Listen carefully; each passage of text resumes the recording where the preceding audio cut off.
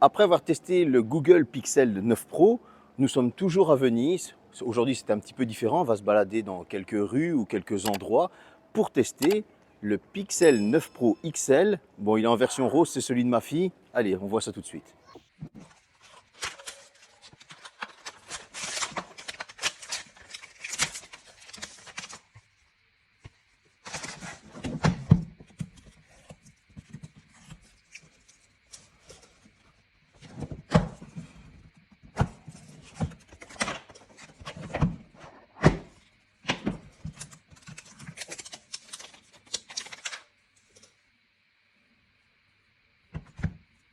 Après un petit déballage, on va dire simple, hein, comme pour le Pixel 9 Pro, ce Pixel 9 Pro XL, qu'est-ce qu'on peut dire au niveau du design? C'est exactement la même chose que le Pixel 9 Pro. Il a subi un glow-up, ouais, je vais utiliser ce mot-là parce que comme il est rose, etc., on va parler d'un glow-up au niveau de la qualité de finition, au niveau du design. Il est clairement magnifique. Pourtant, j'aime pas le rose et j'avoue qu'il donne quand même assez bien. Il faut avouer que toujours avec ses coins arrondis, ses bords plats, on retrouvera tout de suite un micro sur le haut, un micro sur le bas, un haut-parleur, de l'USB type C en bas, le tiroir de carte SIM. Sur le côté droit, on aura le bouton d'extinction de l'image et du volume. Sur le côté gauche, c'est totalement épuré. Bref, vous l'avez compris, on est exactement sur la même forme que le Pixel 9 Pro. Même le capteur photo à l'arrière, etc. Si ce n'est qu'il est un petit peu plus grand, qu'il pèse 221 grammes, c'est-à-dire 22 grammes de plus que son petit frère. Il tient très bien en main et honnêtement, il n'a rien à envier à un iPhone 15 Pro Max dont tout le monde me casse la tête à me dire « ouais, mais ça vaut pas un iPhone ». Eh bien si, au niveau des qualités de finition, de la qualité globale du téléphone, si, ça vaut clairement un iPhone 15 Pro Max. Toujours dans les belles rues de Venise, on va parler du petit tour général. Bon, là, il est toujours rose, c'est parce qu'il est mis dans sa coque, une coque Google. Mais justement, tant qu'on est dans le tour général, petite mention spéciale pour leurs coques qui sont franchement d'une extrême qualité, que ce soit au toucher, au niveau des finitions aussi. Un effort est toujours aussi bien réalisé, mais ça, on avait déjà ça dans les Pixel 8, etc. Bon, on va revenir sur le tour général. Qu'est-ce qu'on retrouve dans ce Pixel 9 Pro XL? Eh bien, exactement la même chose que dans le Pixel 9 Pro, c'est-à-dire du Bluetooth 5.3 LE, du Wi-Fi 7, de la NFC, bien évidemment. On va retrouver aussi de l'IP68, donc il va pouvoir être immergé à 1,50 m pendant plus de 30 minutes. Bref, vous avez compris qu'on est sur quelque chose d'hyper complet. Je n'ai pas cité le Gorilla Glass Victus 2 pour l'avant et pour l'arrière, parce que comme je vous ai dit, c'est exactement la même chose que le Pixel 9 Pro. Peu de différence, ça va se voir surtout au niveau de l'autonomie, au niveau des benches, etc. Il y a un petit up aussi, mais tout à fait léger.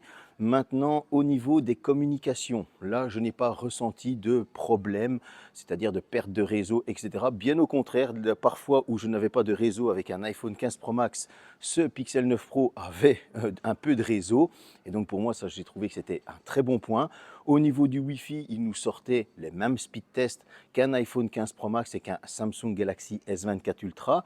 En communication maintenant, là, je n'ai pas ressenti non plus de problème quand on avait la personne au téléphone, que ce soit en visiophonie, que ce soit en téléphonie normale, il n'y avait pas de coupure, il n'y avait pas de voix robotisée. Bien évidemment, tout dépend du réseau, il faut avoir une très bonne couverture réseau. La personne de l'autre côté tenait un Samsung Galaxy S24 Ultra, donc j'avais un très bon son de la part de l'autre personne. Et ici, quand j'ai demandé le retour, eh bien j'avais un son environnant qui était bien assez atténué, donc ça ne dérangeait pas notre communication et ma voix était assez claire. J'espère que pour le petit tour général c'est fait, on passe à la suite. On va parler un petit peu de l'écran. Il n'y a pas grand chose qui change encore une fois par rapport au Pixel 9 Pro, si ce n'est la taille. On est sur un écran OLED LTPO de 6,8 pouces, 120 Hz en taux de rafraîchissement qui peut descendre jusqu'à 1 Hz. Vous allez avoir 2000 nits de luminosité, de l'HDR10+, et ce 2000 nits de luminosité peut monter jusqu'à 3000 nits. On a un écran qui est fidèle au Pixel 9 Pro, tout simplement, juste un peu plus grand, avec lequel vous allez pouvoir scroller, aller sur Internet, surfer, etc., sans aucun lag, aucun ralentissement. C'est franchement très agréable. J'ai envie de rajouter par rapport au Pixel 9 Pro, c'était déjà le cas sur celui-là, que le retour haptique est super agréable. Quand je dis super agréable, eh bien franchement, on n'a pas cette sale vibration. Vous savez, c'est vraiment quelque chose au toucher qui donne une très belle sensation. Regardez des vidéos, vous allez pouvoir les regarder jusqu'en 4K sans problème. Vous allez avoir une très bonne luminosité, que ce soit en plein soleil ou à l'ombre. Vous allez aussi avoir une totale immersion dans vos films, vos séries, etc. Un petit peu comme d'habitude, avec le son qui l'accompagne. Et en plus de ça, vous allez avoir les jeux vidéo qui font bien leur travail aussi sur ce magnifique écran. Au niveau de la fiche technique de ce Google Pixel 9 Pro XL, c'est exactement la même chose que le Pixel 9 Pro. On va retrouver un Google Tensor G4. Alors, je vais faire un petit stop ici. Pour tous ceux qui me parlent du Snapdragon, allez vous faire voir, tout simplement. Pourquoi? Ce n'est pas un Exynos, c'est une base Exynos qui a été revue et corrigée par Google. Il faut s'informer sur les réseaux sociaux, il faut s'informer sur Internet, parce que plus on a accès à la technologie, plus j'ai l'impression que certains sont stupides. Donc, si vous me parlez encore du Snapdragon, allez vous faire voir. Pourquoi? Parce qu'en fait, c'est ça qu'il y a de bien dans la technologie, c'est qu'il y a de la diversité. Google a bien été précis en disant que tout simplement, il ne misait pas sur la puissance extrême, mais plus sur l'optimisation. Et cette optimisation, elle se voit. Je vais déverrouiller le téléphone pour vous sortir le score bench. Ici, le processeur respire mieux, comme le téléphone est plus grand. Et donc, du coup, on aura une tendance à avoir un peu moins de chauffe et avoir de meilleures performances. À l'Antutu Bench, en premier, il m'a sorti un score de 1 290 639 points, ce qui est franchement un score très honorable et 90-95% de la population ne vont pas utiliser cette puissance. Au niveau du Geekbench, je vous l'affiche ici, nous avions un score de 1841 au simple cœur et un score de 4473 au multicœur. Ça veut dire que c'est un smartphone qui va clairement être multitâche, qui va poser aucun problème, qui va pouvoir faire tout ce que vous voulez, que vous allez pouvoir aller sur vos réseaux sociaux et de ça sans aucun souci. Bref, vous l'avez compris, on est sur quelque chose de très bon. Au niveau des jeux vidéo, sur Asphalt 9, les temps de chargement sont très courts. Vous allez avoir aussi ces 16 Go de RAM qui viennent aider au temps de chargement. Au niveau des stockages, on est de 256 à 1 Tera comme le Pixel 9 Pro, en UFS 3.1. Bref, tout ça aide au chargement. Au niveau de Genshin Impact, là aussi, vous allez pouvoir jouer en élevé, 45 FPS. On avait des températures qui étaient un peu mieux gérées. Ces températures, on avait 5 degrés de moins par rapport au Pixel 9 Pro, donc on était aux alentours des 48 degrés. C'était quand même pas mal du tout, je trouve, pour du Genshin Impact. Pour ce qui est de Fortnite, là aussi, vous allez pouvoir jouer en épique, en 60 FPS stable. C'est là qu'on voit que Google a fait un énorme effort sur l'optimisation de son téléphone. Comme vous l'avez compris, Google a promis, Google a fait. Je ne suis pas un pro Google, mais quand il y a quelque chose qui est fait et qui a été promis et qui a été fait, il faut l'avouer. Et là, ça a été très bien fait. Toujours dans la partie photo, qui ne change pas beaucoup par rapport au Pixel 9 Pro. On va retrouver ici, encore une fois, 3 capteurs à l'arrière.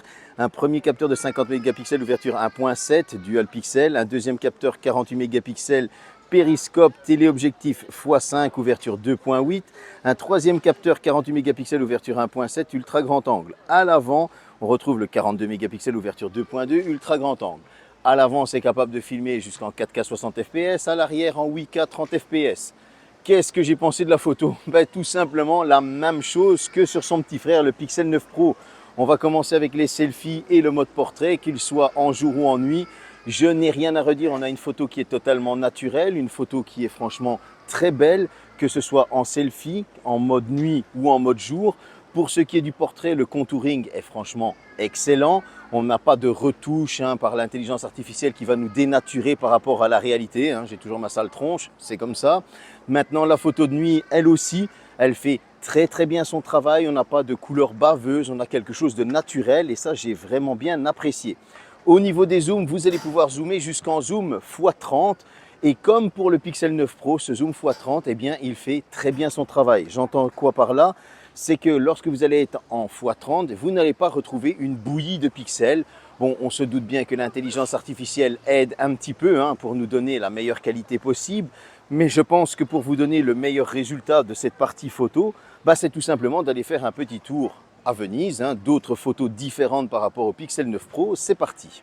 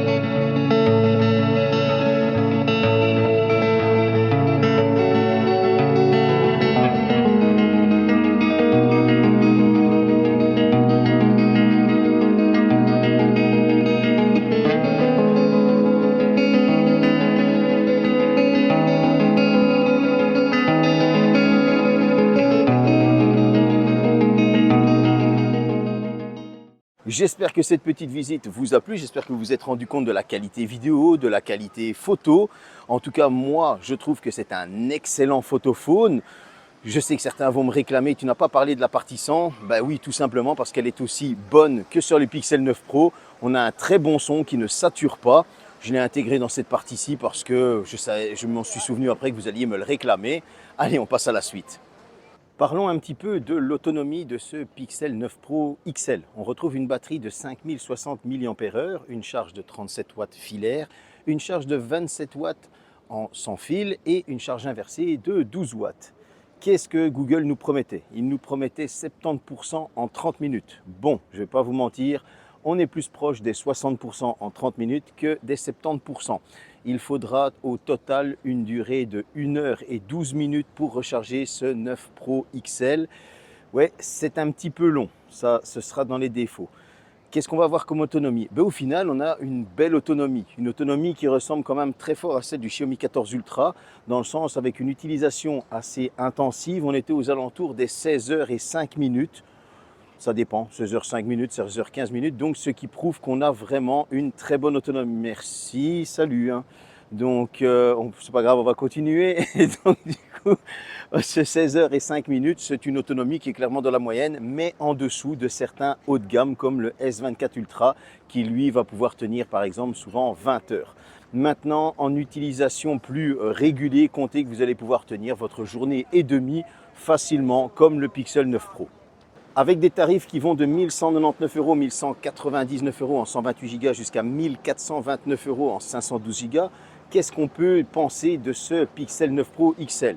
Eh bien, tout simplement qu'on a un excellent téléphone. Tout d'abord, quels sont ses défauts?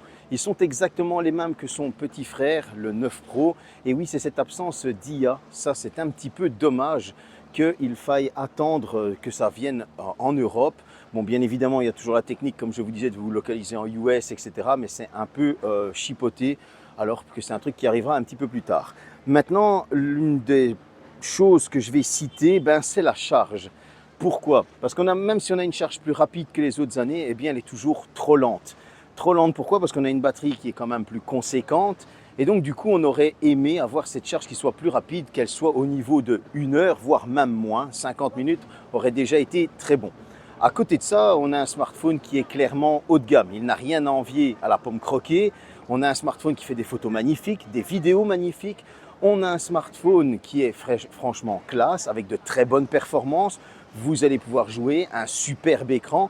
Bref, vous l'avez compris, pour moi, cette année, Google a vraiment, comme pour le Pixel 9 Pro, a mis les petits plats dans les grands, a fait une très belle amélioration, a simplement amélioré sa copie en écoutant ses fans, ses consommateurs. Et ça, pour moi, c'est un très bon point. Merci Google. Et si je dois lui donner une note, on est quand même à 9 sur 10.